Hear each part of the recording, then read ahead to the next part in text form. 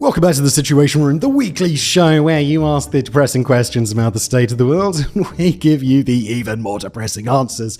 I, as always, am your host Simon, and this week we're taking a deep dive into the developments in Haiti over the last few months. Spoiler alert, bad. We're also delving into the questions surrounding NATO's response, or otherwise, to growing Russian aggression, and weighing up not only the likelihood of a sneak Chinese attack on Taiwan, but also the qualities of the South Korean defense industry. Timestamps, as always, are below if you want to skip ahead, but I'd rather you didn't. So let's get started with the grimmest story of the week, the ongoing, seemingly endless collapse of Haiti. Gary Walker, 2825, asks us, can you give us an update on Haiti? What's going on there? How much worse is it? Well, Gary, it's telling that you included the phrase, how much worse is it, not are things getting better, or even are things better or worse. No, Gary is asking the question safe in the absolute certainty that things will have gone downhill in Haiti since it last appeared on this channel. And the sad part is, Gary, you're absolutely right. To Google Haiti's meltdown is to enter a strange parallel world in which things we take for granted, like law and order, or the basic value of human life, seem to have completely evaporated. And not in the face of marauding armies as in Sudan's civil war, but thanks to a toxic combination of a highly corrupt elite, a failed government, and the rise of ruthless gangs who fill the vacuum. Here are the latest figures that we could find, and they make for oh-so-grim reading. Over 1.3 million people displaced by violence, over 6 million people experiencing severe hunger as gangs block supply roads and render ports and airports inoperable.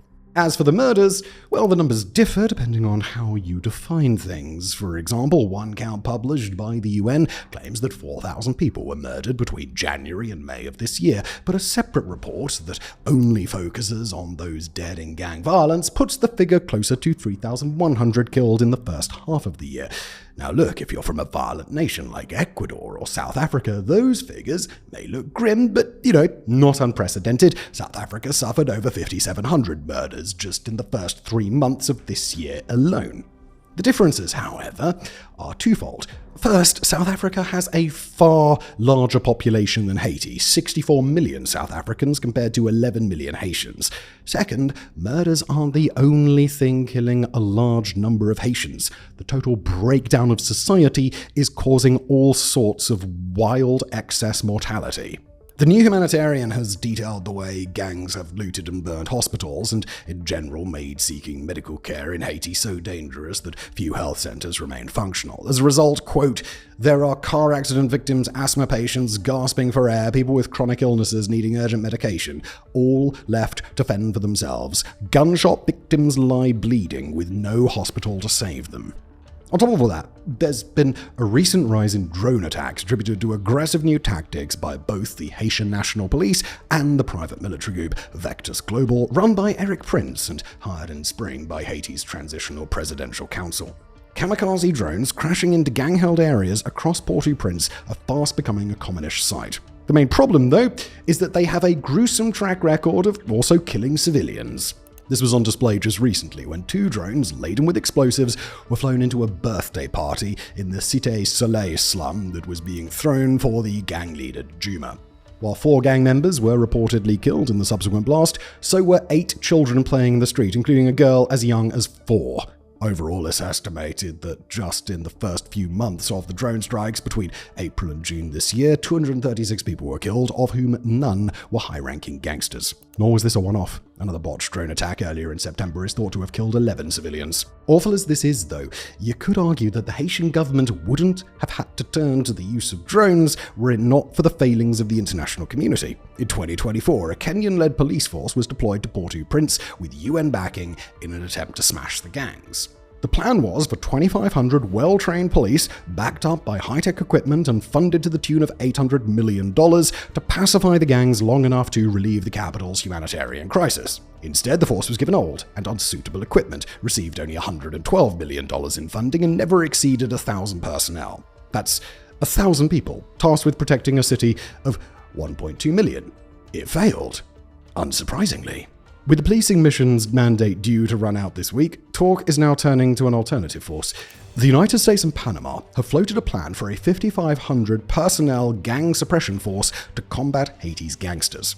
The idea is popular in Port-au-Prince. At the UN recently, the current head of the Transitional Presidential Council that has run Haiti since the government collapsed in 2024 declared his support for the plan. But major hurdles do remain. For one, this isn't an offer from the US to put boots on the ground, nor does the Trump administration seem to envisage America funding the force. Instead, it's supposed to be UN authorized and funded. But that would require the Security Council to sign off on it. And with Russia and China currently vetoing every plan the US puts before the Council, that means the idea is basically dead on arrival. Meanwhile, things just keep getting worse. According to America's Quarterly, the gang system is growing more and more entrenched as the Haitian state retreats, setting up a patchwork of fiefdoms where gang leaders provide basic services to the population they prey upon.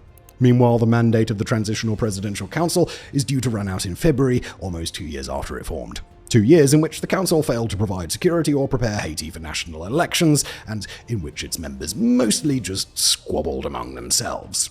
When that happens, Haiti will have no remaining group with claim to legitimacy. All elected politicians long ago finished serving their terms. The current prime minister was appointed. The council was hastily cobbled together by outside powers after the government imploded, and many of the political elite are additionally suspected of being tied to the gangs, as are members of the business elite and indeed anybody with money. So thank you, Gary Walker, somehow both sincerely and sarcastically. Thank you in all honesty for asking that question, allowing us to do a deep dive, and then thank you sarcastically for making us all feel really pressed. And now let's take another, hopefully lighter question. Just before we go any further, just a quick pause to tell you about something we've been cooking up here at WarFronts, and we are excited to share it. And no, it's not the launch of WeebFronts. Jesus Christ, leave me alone. I've got enough channels. But I think it might be nearly as good as that. So have you ever got to the end of the week and found yourself thinking something along the lines of, oh man, I was just feeling so optimistic about the state of the world, and I'd love for that to be ruined by even more war fronts.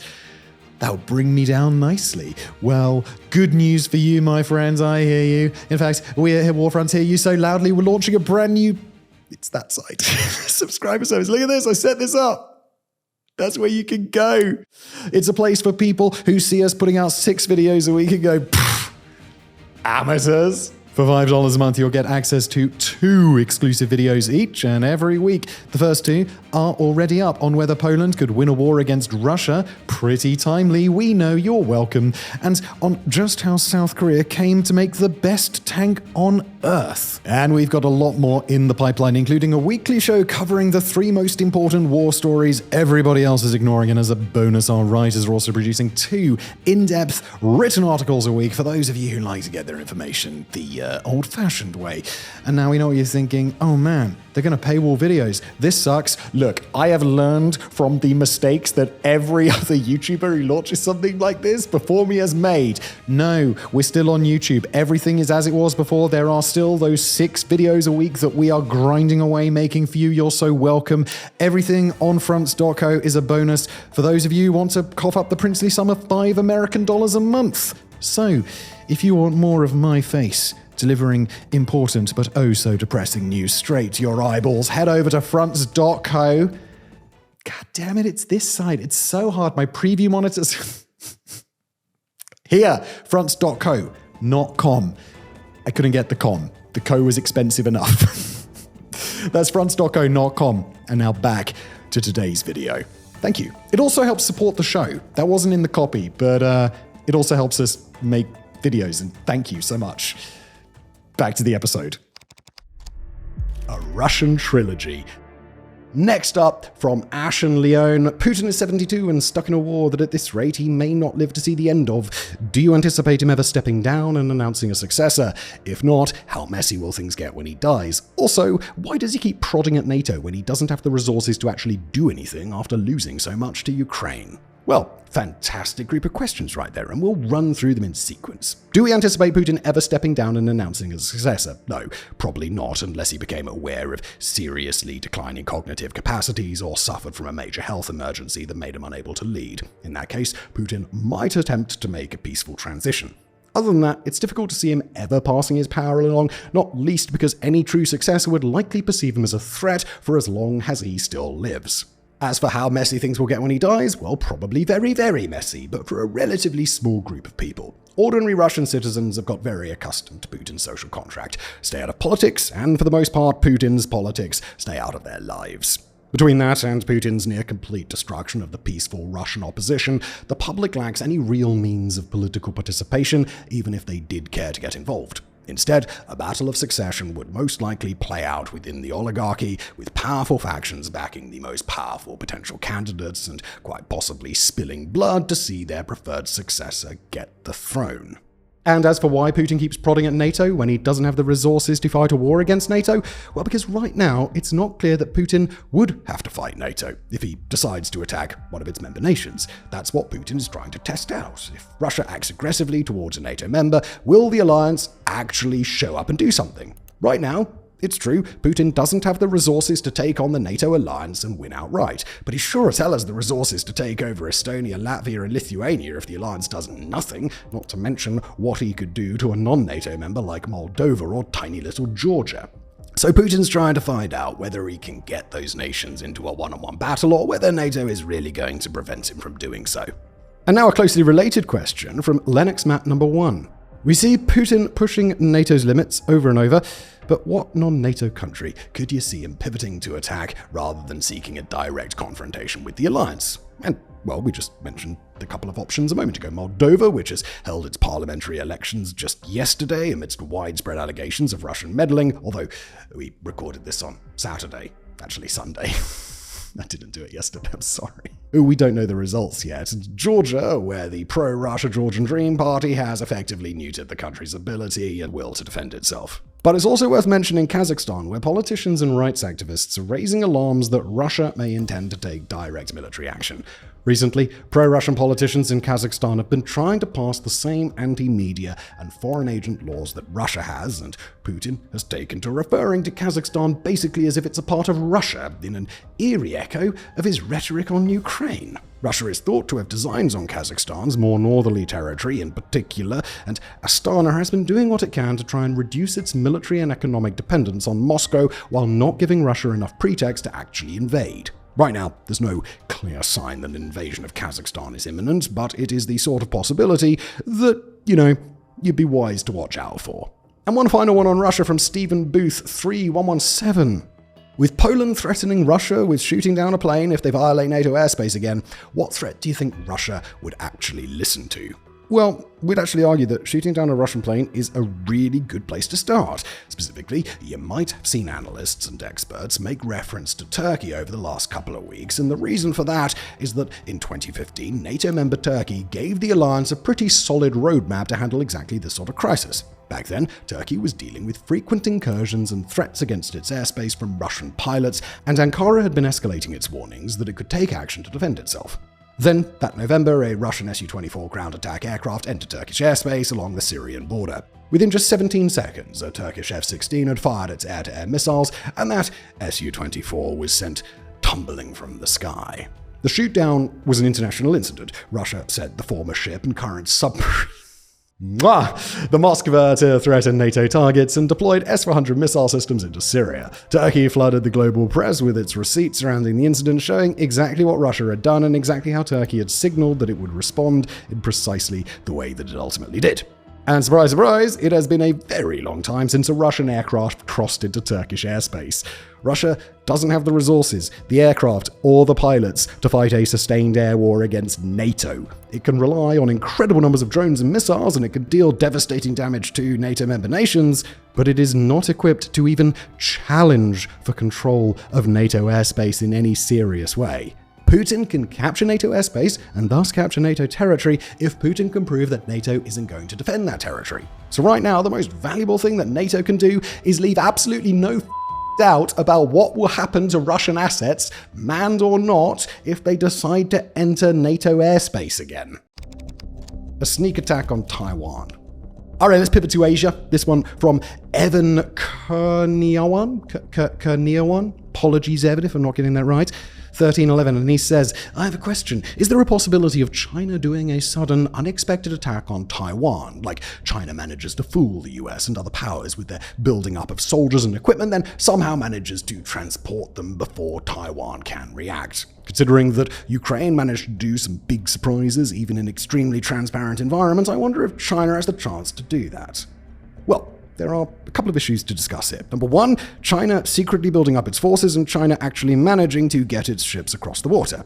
Secretly building up forces on the Chinese mainland, it would be difficult, but probably not impossible. There's so much movement of cars, buses, trains, civilian aircraft, and ferries all over China each day that certainly, over the course of a few weeks, China could quietly sneak Marines and paratroopers close to Taiwan. Moving heavy equipment is tougher, but ground equipment like tanks and infantry fighting vehicles could be transported on board China's dual-use ferries, which are designed explicitly to be able to carry tanks and other heavy armor in the event of war. But moving aircraft and naval vessels would be far more challenging, especially considering that naval and air bases near Taiwan are constantly monitored via American, European, Taiwanese, Indo-Pacific, and open-source satellite imagery. In order to hide the requisite number of aircraft and ships, China would first have to embark on lengthy construction projects, which are, in turn, tracked diligently by global observers. And once China's assets get out to open water, well, they'll be easy to spot. In fact, it may not be strategically wise for China to reveal itself only when the blitz is underway. Taiwan, the US, and other Indo-Pacific allies are prepared to strike Chinese territory with all sorts of long-range missiles and other weapons, and if they're caught by surprise, there's a chance that they could just fire off everything they have in hopes of stopping the invasion in its tracks. If China instead chooses to advertise its buildup, it gives Taiwan and its other adversaries time to second-guess, push for a peaceful settlement, fray their alliances, and more, in a moment where China may believe it can get some of Taiwan's traditional backers to avoid a conflict. Rating South Korea's defense industry. This one comes from Hi, my name is Leo. Hello, Leo. I've heard that South Korea is producing quite good weapons that many countries are buying, so how much does the country still need USA protection? Well, firstly, you heard absolutely right. South Korea's defense industry is absolutely booming, and it's on a clear upward trajectory to keep booming in the future. South Korea's kit is high quality, it's high tech, and it's cost effective, typically selling at prices far below its biggest competitors and boasting sustainment costs that are even more affordable. But all the cool military hardware in the world becomes irrelevant as soon as somebody starts launching nuclear warheads. And right now, South Korea relies entirely on an American nuclear deterrent to protect itself from nuclear North Korea and nuclear China. In terms of its conventional warfighting technology, South Korea is miles ahead of its northern neighbor, and it's even an interesting discussion to consider how much damage South Korea could deal against China, although China would almost certainly win a war on the Korean peninsula if it really committed to that effort. But none of that matters if Beijing and Pyongyang can just nuke South Korea into oblivion without the threat of being nuked into oblivion themselves. Not only that, but American aerial, naval intelligence, and logistics support would be vital in order to get South Korea even close to military parity in a war against China. Unfortunately, a booming defense industry by itself doesn't make a military superpower. South Korea is strong and getting stronger, but it is not ready to face any kind of heat by itself. And now let's move on to some behind-the-scenes questions. How many writers does it take from MWI3865? How many writers are there for WarFronts? How many writers are there for all of the Simonverse channels combined?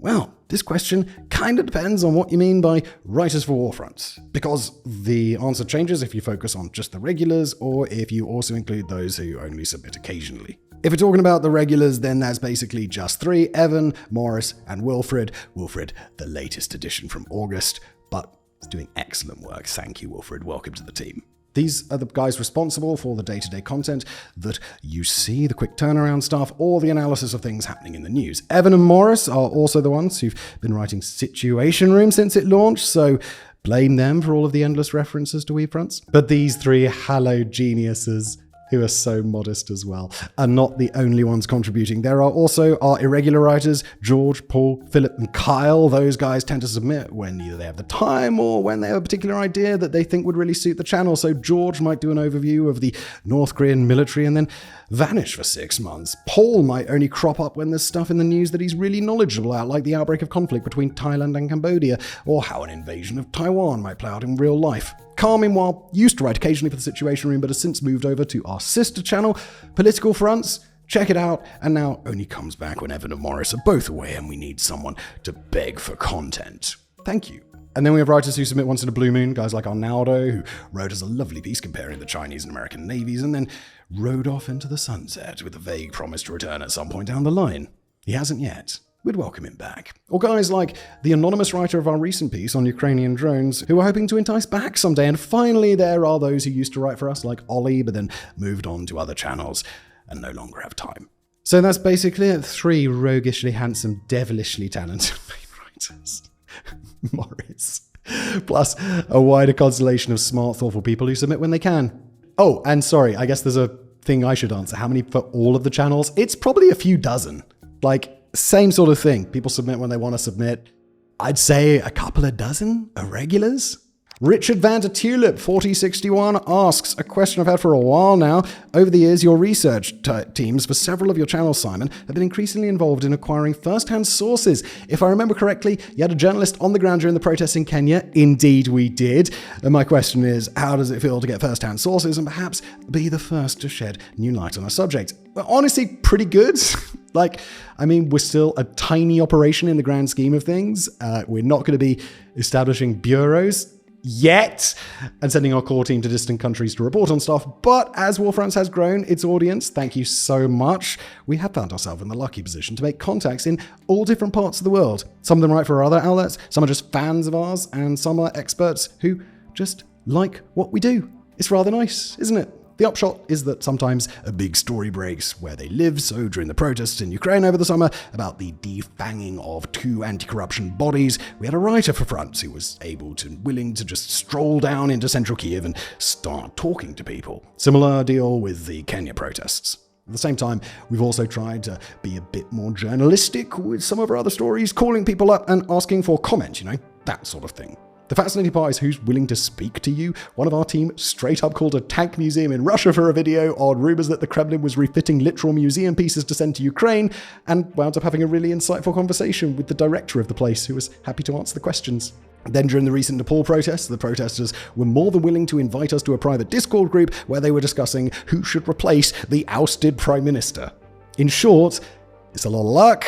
It's super dependent on who's around and who is willing to talk, but when it works out, it obviously gives these videos an extra air of depth, and pretty proud of that, I think. I hope you guys like it. I think from the comments that you do, so we hope to do it as much as possible and more of it as much as possible. And now the part of the show where we invite Evan and Morris out of the basement to give their opinions on some lighter questions, and then we'll put them immediately back in there. Back into the content mines. First one from James Price 9139. A question for both Simon and the team. What's your favorite funny and or mad lad war story? One of mine is the adventures of Private Wojtek, the Polish artillery bear, or for a modern example, the Snake Island Russian warship transmission. Yeah, it's pretty good. Evan can go first. Got to be the life of Mad Jack Churchill, the only man in World War II British Army with the stones to bring his Scottish broadsword and bagpipes into the fight against Nazi Germany. While it's unfortunately not true that Churchill notched a bow and arrow kill during the war, he did once capture 42 Germans with the help of a single corporal, and on at least one occasion led the capture of a garrison while blasting bagpipe music. Morris's answer. I'll never forget hearing about Gregor McGregor. I'm smiling because they didn't pick mine. Mine's more obvious, I think. Gregor McGregor's a good story, though. For the first time, an early 19th century conman, swindler, and all-round shit so immoral that he convinced hundreds of people that a fake country existed in Central America, got them to invest in it, for which Reed give him all their money, and then send them out to near certain death on an empty, mosquito-ridden shore. But while the con is the most fascinating part of McGregor's life, the coolest part comes much later, when he fought alongside Simon Bolivar for Venezuelan independence. At one point, the con man found himself cut off and surrounded by royalist forces hundreds of kilometers from the nearest safe town, but rather than a surrender, he and his men marched 34 days overnight to the settlement of Barcelona, fighting the entire time. Had he dropped dead of a heart attack the moment they made it to safety, he'd now be remembered as a balls-out warrior instead of a spectacularly ballsy con man. Mine is too obvious now that the guys have chosen it. But what was that battle? There was that battle where Napoleon is he's like 26 years old or something. He's leading the French army. And he's just like, they don't want to attack I can't remember the details. There's some force, there's a bridge, and he's like, F it, I'll lead them. And he grabs that French flag and he just fucking runs for it. And he ends up thrown in the river and then scooped out and something like that. But yeah, Napoleon kind of a badass. Finally, Daniel Deween6194 asks, what's your favorite pancake toppings? Evan says, classic New Englander here. The answer's obviously maple syrup. Evan, what other choice would there be? You're a king among men. But the real stuff, get out of a tree, not the glorified sugar water that's available on most global shelves. Yeah, that. When I said maple syrup, I meant maple syrup. I'm with Evan on this one. Morris says, I'm writing this having a hotel buffet breakfast this morning, which consisted of me covering pancakes with baked beans like the worst kind of Englishman. It was glorious. No regrets. We already have my answer. Maple syrup. And I'm going to be super American, but you guys have it like peanut butter and jelly. Do not understand. That is not a good combination. Maple syrup and bacons on pancakes is the I don't think I've ever ended a WarFronts episode with the and I still want to. I'm trying to work out how to do it. Thank you for watching.